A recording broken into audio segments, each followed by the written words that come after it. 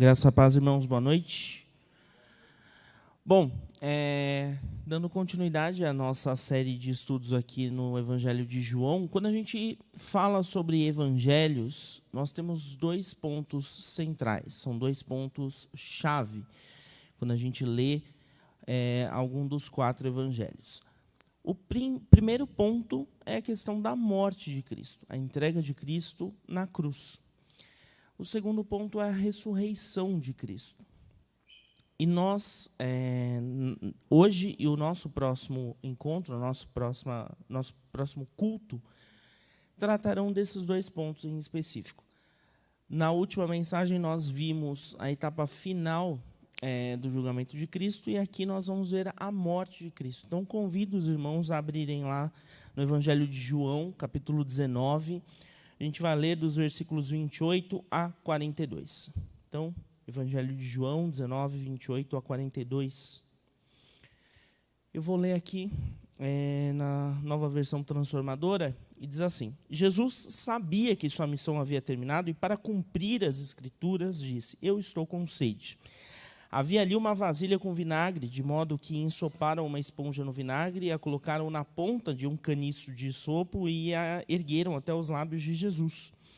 Depois de prová-la, Jesus disse: Está consumado. Vou repetir: está consumado.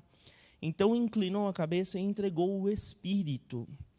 Era o dia da preparação, e os líderes judeus não queriam que os corpos ficassem pendurados ali até o dia seguinte, que seria um sábado muito especial. Por isso pediram a Pilatos que mandasse quebrar as pernas dos crucificados e removê-los. Assim os soldados vieram e quebraram as pernas dos 2 homens crucificados com Jesus. Mas quando chegaram a Jesus, viram que ele já estava morto e, portanto, não quebraram as suas pernas. Um dos soldados, porém, furou o seu lado com uma lança, e no mesmo instante correu sangue com água. Essa informação provém de uma testemunha ocular. Ela diz a verdade para que vocês também creiam. Essas coisas aconteceram para que se cumprissem as Escrituras que dizem: nenhum dos seus ossos será quebrado, e olharão para aquele a quem transpassaram. Versículo 38. Depois disso, José de Arimateia, que tinha sido discípulo secreto de Jesus, porque temia os líderes judeus, pediu autorização a Pilatos para tirar da cruz o corpo de Jesus. Quando Pilatos lhe deu permissão, José veio e levou o corpo. Estava com ele Nicodemos, o homem que tinha ido conversar com Jesus à noite. Nicodemos trouxe cerca de 35 litros de óleo perfumado, feito com mirra e aloés. Seguindo os costumes judaicos de sepultamento, envolveram o corpo de Jesus em lençóis compridos de linho, junto com essas especiarias. O local da crucificação ficava próximo a um jardim onde havia um túmulo novo, que nunca tinha sido usado. Como era o dia da preparação para a Páscoa judaica, uma vez que o túmulo ficava perto, colocaram Jesus ali. Senhor Deus, Pai querido, Deus bendito, nós estamos aqui, Senhor, mais uma vez reunidos para meditar na Tua Palavra, que nós possamos, Senhor, por uma direção do Teu Santo Espírito, ter discernimento do que o registro bíblico nos traz, Senhor, da lição para os nossos dias, para a nossa experiência e para a nossa jornada contigo, Senhor Jesus. Nos dê o direcionamento e trata os nossos corações, Pai, para que nós possamos aprender mais de Ti e colocar em prática tudo isso, Senhor. Essa é a minha oração em nome de Jesus. Amém. Bom, então, Jesus, finalizando o seu ministério terreno, um ministério frutífero, como o Evangelho de João traz, cheio de sinais visíveis e espirituais. Só que esse ministério desagradou muito os fariseus. Fariseus, aqueles que preservavam a lei, que faziam questão de resguardar aquilo que o Senhor havia dado ao povo por meio de Moisés. E é interessante o quanto esse extremo dos fariseus era algo tão enraizado, tão maligno, vou usar essa expressão porque contextualiza muito bem, Porque, historicamente, o povo de Israel sempre lutou contra uma coisa chamada idolatria. A idolatria não começou com o povo de Israel. No princípio, o Israel não era. O Israel, o povo separado do Senhor, não era idólatra. Pelo meio do caminho, a idolatria entrou e manchou o coração de Israel. E no exílio, foi que Deus tratou muito dessa questão da idolatria no coração do povo. Só que aqui a gente tem o povo novamente subjugado, dessa feita pelo Império Romano. E aqui os fariseus, por uma atitude extrema, não conseguem ter a percepção de que o próprio Messias, que muitos textos que eles liam, aprendiam e cresciam ouvindo, estava entre eles. Então, um zelo extremo desses judeus quanto à preservação da lei cegou essa geração. Eles estavam impedidos de ver que o próprio Deus encarnado estava naqueles dias com eles. Ele havia se feito homem para habitar ali no meio deles. Então, diante de todos esses sinais de vidas transformadas e do significativo legado do ministério de Jesus, aqui a gente vê Jesus sendo jogado às cobras. É isso mesmo, às cobras, porque ele foi traído por um dos seus e o povo não o reconhecia como Senhor. A gente viu o quão contaminado foi o julgamento de Cristo e a gente chega agora ao momento em que efetivamente a morte de Cristo, o homem, acontece. Quando nós lemos sobre a crucificação, é muito provável que algumas pessoas tenham o seguinte pensamento: olha, talvez Deus tenha perdido o controle desse episódio. Deus perdeu o timing aí, e isso daí aconteceu, mas é uma coisa que poderia ser evitada e tal. Só que Deus, em todo momento, continuou no controle da história. E a própria Bíblia diz isso.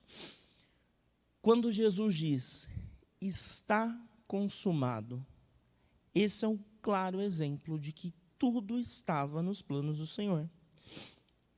A humanidade vai insistir em tentar caminhar com seus próprios passos, mas Deus preparou tudo, de todas as formas, desde antes da nossa existência. E o antídoto que curaria o mal que nos separa dele já foi preparado pelo Senhor. Esse antídoto é Cristo. E para que esse antídoto tivesse efeito, a morte de Cristo é um ponto central dessa história. Por quê? Porque nós somos sócios do pecado de Adão e Eva. Aquilo que eles cometeram está no nosso sangue até hoje. E vai estar na geração dos nossos filhos, dos nossos netos, até isso sem uma quebra. Isso quer dizer que a condenação que tinha sobre eles está sobre nós também. A única coisa plena que pode acabar com isso, que pode nos tornar novas criaturas, é Cristo, porque é Ele que nos resgata. E esse resgate passa pelo grandioso plano da redenção. E o grandioso plano da redenção tem o seu ponto central nesse ato. É a morte de Cristo. Porque é pelo sangue de Cristo que a gente é renovado, transformado. Nós saímos de meras criaturas para filhos de Deus. Nós somos inseridos na família do Senhor. E Ele, então, plenamente Deus, Jesus, vem ao mundo também plenamente homem, para ser o sacrifício perfeito a nosso favor. É esse sangue de Cristo que nos torna, então, aceitáveis. Então, quando Jesus diz, está consumado, isso significa que todo aquele plano pensado desde antes de tudo, que nos reaproxima de Deus, foi colocado em prática, efetivamente. Não havia no mundo nada mais puro, mais digno, mais aceitável, mais válido para o Senhor do que o sangue de Cristo. E é por isso que Ele é o nosso sumo sacerdote. E é importante a gente ter em mente que esse processo de crucificação não foi rápido, não foi uma coisa instantânea. Cristo já havia morrido, haviam 2 homens ali com ele também, mas os líderes dos judeus não queriam que os corpos ficassem ali pendurados para o dia seguinte, que era um sábado, porque isso ia descumprir uma lei que está lá em Deuteronômio 21, 22 a 23, né? Capítulo 21, versículos 22 e 23. Diz assim: se alguém cometeu um crime que merece a pena de morte e por isso foi executado e pendurado numa árvore, não deverá permanecer pendurado ali durante a noite. Enterrem o corpo no mesmo dia, pois todo aquele que é pendurado é maldito aos olhos de Deus. Desse modo, vocês evitarão a contaminação da terra, que o Senhor, seu Deus, lhes dá como herança. Cristo, portanto, então, teve uma morte humilhante e considerada maldita. Pior tipo de morte para a ocasião, para aquela época. Eles estavam olhando para a lei mosaica, que dizia que um corpo não poderia ficar pendurado, e eles queriam cumprir aquilo à risca, mas eles não tinham a visão, a percepção de que o próprio Deus, a versão encarnada da lei, com os méritos da redenção, estava diante dos olhos deles. O que eles fizeram? Decidiram, então, quebrar as pernas daqueles que estavam crucificados para que a morte fosse acelerada. Só que eles observaram que Cristo já estava morto. E um dos soldados ficou com tanta raiva que foi lá e furou um dos lados de Jesus. Despejou a sua raiva.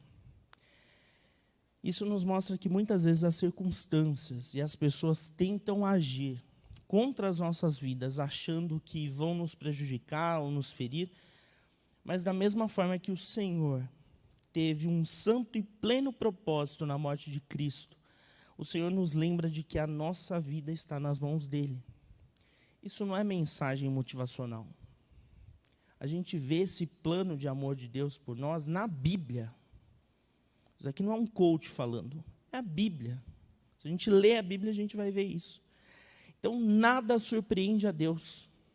Deus não foi pego de surpresa, a morte de Jesus não foi um acaso, um descuido. Em tudo teve uma permissão dele. Se alguém acha que pode agir contra você, te ferir, te magoar, essa pessoa está enganando a si mesma. Porque Deus trabalha no nosso caráter e na nossa vida a partir de muitas pessoas, de muitos fatores, inclusive dos nossos inimigos. Aquelas pessoas que tiram o nosso sono, ou que nós tiramos o sono delas, essas pessoas são usadas por Deus, muitas vezes, para que nosso caráter seja moldado. O que impede Deus de usar esses ímpios? Nada. Deus pode usar. Bom, então, avançando aqui, toda a Escritura se cumpre como aponta lá em João 19, 36 a 37. Essas coisas aconteceram para que se cumprissem as Escrituras que dizem: nenhum dos seus ossos será quebrado, e olharão para aquele a quem transpassaram. Esses 2 versículos fazem referência a outros 2 versículos. Aqui o 36 é baseado em Êxodo 12, 46. Aqui Deus estava orientando o povo em relação à celebração da Páscoa. Cada cordeiro de Páscoa será comido em uma só casa, nenhum pedaço de carne será levado para fora e nenhum osso de cordeiro será quebrado. Cristo, o Cordeiro. Cristo, o Cordeiro. O versículo 37 faz referência a Zacarias 12:10. Então derramarei um espírito de graça e oração sobre a linhagem de Davi e os habitantes de Jerusalém. Olharão para aquele a quem transpassaram e chorarão por ele, como quem chora a morte do filho único. Lamentarão amargamente por ele, como quem lamenta a perda do filho mais velho. Deus já havia preparado o caminho. Deus sabia como seria. Deus deu as pistas. Faltou a percepção. Faltou a compreensão, o discernimento espiritual. Mas Deus deu todos os sinais. É por isso que não há surpresas para Deus, irmãos. Quando nós olhamos para a entrega de Cristo, que foi em nosso favor, a gente tem que compreender o processo vivido por Cristo. Porque esse processo foi da vontade do Pai. Foi da vontade dele. Da mesma forma que o capítulo 20, que é o próximo capítulo que nós vamos estudar, não está por acaso. Ele também é central quando a gente fala de evangelho. Trata da ressurreição. Tem um grande significado.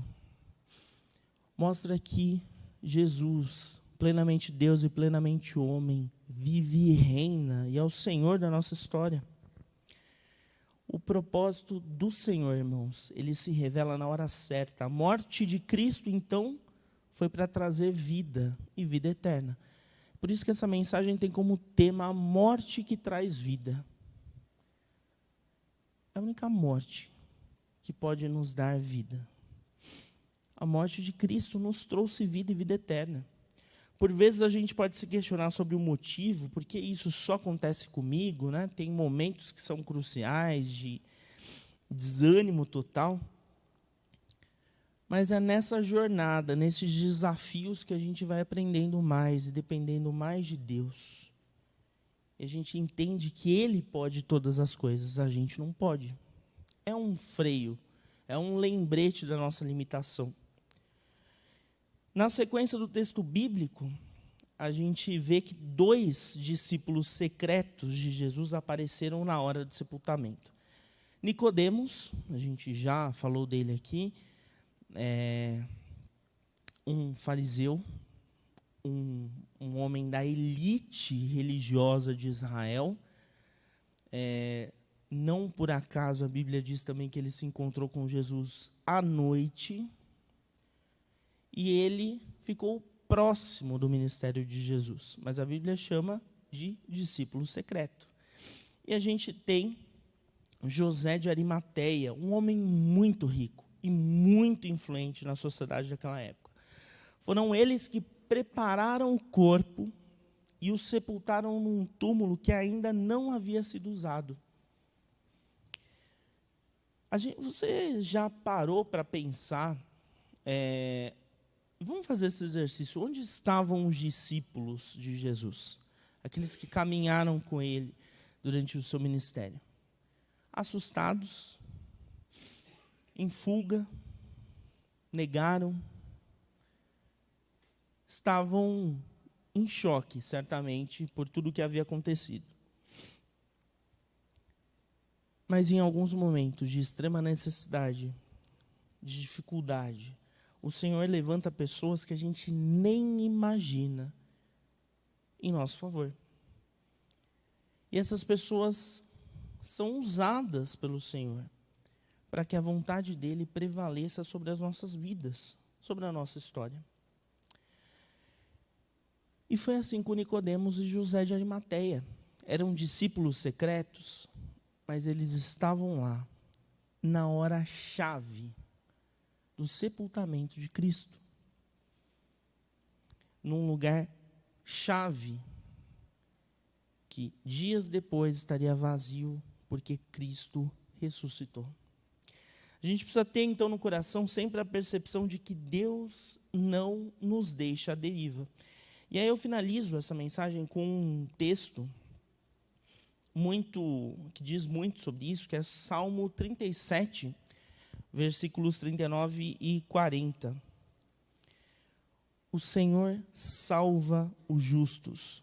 Ele é a sua fortaleza em tempos de aflição. O Senhor os socorre e os livra dos perversos. Ele os salva porque nele se refugiaram. Porque nele se refugiam. Vou ler de novo a última parte. Ele os salva, porque nele se refugiam. Então, um Deus que nos deu vida em Cristo é fiel e justo para continuar cuidando de nós em todas as circunstâncias. A morte de Cristo teve um propósito, a ressurreição de Cristo tem um propósito central para que nós pudéssemos estar aqui reunidos como igreja. O plano da redenção em Cristo se concretiza nesse ponto central do Evangelho.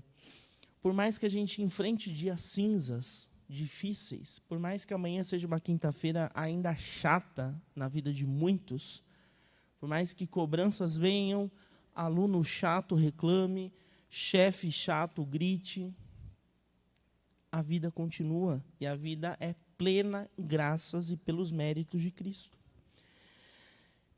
Então não desanime com aquele problema que te persegue. Lembra que o Senhor salva os justos e os justos nele se refugiam. Que Deus possa abençoar grandemente a sua vida e que a gente possa meditar sempre e refletir sobre esse significado da entrega de Cristo em nosso favor e da ressurreição, a gloriosa ressurreição dele, e o que isso reflete na nossa vida e na nossa inserção na família de Deus. Amém? Senhor Deus, Pai querido, nós queremos te agradecer, Senhor, por este momento. Obrigado, Senhor, pelo privilégio de ter acesso às Sagradas Escrituras. Obrigado, Senhor, pela realidade da igreja, por nos reunirmos como igreja aqui nessa quarta-feira, que nós possamos sempre, Senhor, ter essa liberdade de cultuar ao Senhor e glorificar o Teu nome. Completa, Senhor, pelo Teu Santo Espírito essa mensagem, nos faça refletir, Pai, de que forma nós podemos contemplar ainda mais a Tua vida, a Tua ação nas nossas vidas, e que nós sejamos sempre, Pai, pessoas com a percepção espiritual da grandeza do Senhor nas nossas vidas, e que o Senhor nos use, Pai, para aqueles que ainda não Te conhecem, possam Te conhecer. Essa é a minha oração em nome de Jesus. Amém.